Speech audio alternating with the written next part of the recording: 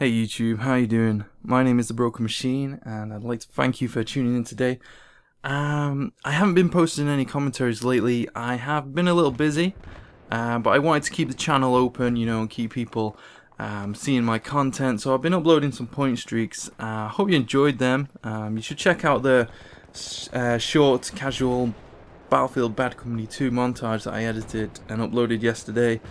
Just a simple casual edit. That game it's fairly empty right now, and it's really hard to get into a game. Not necessarily get any good clips, but it's really hard to get into a game where there's a lot of action going on, which is a real shame because that game is such a great game. But enough of that. Today I am back with a commentary. This is an 18-1 gameplay on the map Strike at Karkand, part of the Karkand DLC. Did I get that the wrong way around? Is it the Karkand map on the Strike at Karkand DLC or the other way around? I don't know. I'll have to check that. But right now, I am pushing in on the Bravo MCOM. I was hoping to take a more stealthy approach around here on the side there. You can use, there's a little bit of an edge to the wall there, so you can go around. But the sniper catches me out. He's over here. But luckily, this building collapses. I don't believe he died in that building, but, so my approach, I'm trying to be a much more stealthy approach in this game. I'm using the F2000 with the suppressor, with the Cobra red dot sight. It's a very awesome weapon. You should really check this out. I know a lot of people use the M16, but this is a really underrated weapon. So I'm trying to take a stealthy approach by by edging around this building here. This will allow you to get right around the back, and you'll go unnoticed. It's a pretty tricky approach to try. You have to, the first time you try this, you'll probably fall off, and you are very vulnerable. So while I'm doing it here, I'm going around this route because a lot of the enemies are on the left hand side. You've got the tank over there, and there's a lot of infantry. This guy, I'm not sure if he saw me, but I'm going to assume he did, so I carry on moving and making our way around here. If you notice, my aim is a little off in this game. It is because the frames were dropping like crazy. Unfortunately, you can't shoot through that barrier. That's a shame. Yeah, the frames were dropping like crazy, and it was, Karkand is really not optimized well for the PS3 and for the PC as well. I hear that, well, I saw some videos and it shows it's not optimized on there as well, which is a real shame. I hope if these maps ever return in Battlefield 4, I wish they do. It'd be nice to see them again. Probably knock down the price a little bit though if they do that. They're great maps, really great maps, but it's a shame that the FPS drops on these maps is crazy, absolutely crazy. But anyway, I pushed in. That stealthy approach has got me in a really nice position. Most of the enemies are, well, a couple of them are on the left side. They're obviously going to be pushing up from the front, up the ladder right there. And the position I'm taking here, I can see the right side. I can move around and have a look at the MCOM if needs be. And I can see if anyone is going to be pushing around the back to try and flank me. This is, if you're on your own, like, I'm not technically on my own here, there's a couple of teammates around the area, but if you're on your own, that is a really nice position where you can get a nice look out on the MCOM and see what's going on, and you are not that vulnerable unless someone throws a grenade there. If you're on the defensive side, throw a grenade in that spot, you might catch someone out. You might catch me out there if I'm there, but I do change my positions up, so maybe not. So those first set of MCOMs, they went pretty easily. There wasn't much of a fight there, and there wasn't much of our team pushing in either. It's one of those strange games where you just seem to get the objective even though you don't have much of a team effort going on. So what we're doing here, we're going to push to the left side. The LAV, or the tank as it is, has spotted me, but no worries, there's only a fence here so I can push to the left. I've picked up an AK-74. Now this is probably not one of the best weapons in the game. It's more of a medium to long range weapon.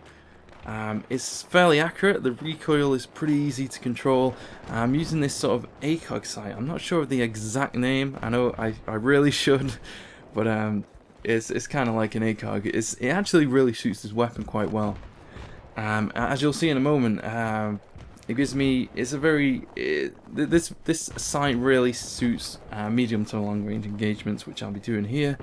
Talking of FPS drops, now this, you probably can't notice by watching this video here. It's very hard to see in a video, but when I was playing, trying to aim on that guy was incredibly difficult, absolutely difficult. And you see here that the aiming there was near perfect, the FPS was fine, but that previous guy on the roof was very difficult. So on this MCOM, my teammate is pushed in, he's planted, and you notice I'm not stood right next to the objective. There's no need to be. This position is perfectly fine. It gives me an extra view to see where the enemies come from, and I can see the MCOM. And I've got my teammate there, so we got a nice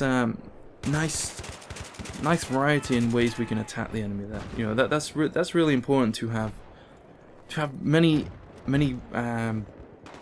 viewpoints. You know, if you can attack the enemy from multiple angles, then they're gonna have a much harder time trying to defeat you.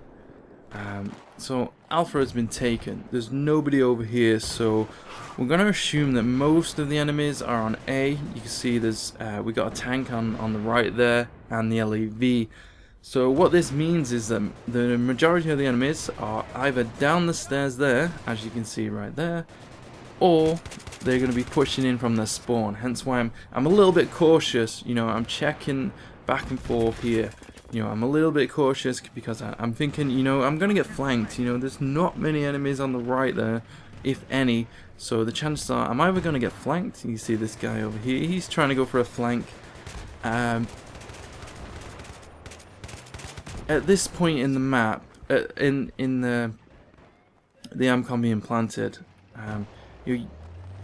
once the MCOM has been planted, you want to minimize the amount of distance that you are taking to travel to the MCOM. So you see that guy that I took out on the slope, he was a little too far. You know, even though that might be a great route when the MCOM is not planted and you got enough time to take that kind of route. When the MCOM has been planted or armed, you know, you really need to be as fast and get there as fast as you can. And sometimes that's going to mean rushing into high traffic areas and, you know, facing multiple multiple combatants or enemies, whichever you choose. So that's just one thing to think about. You know, it's always good to think about what the enemy is doing when you are playing yourself.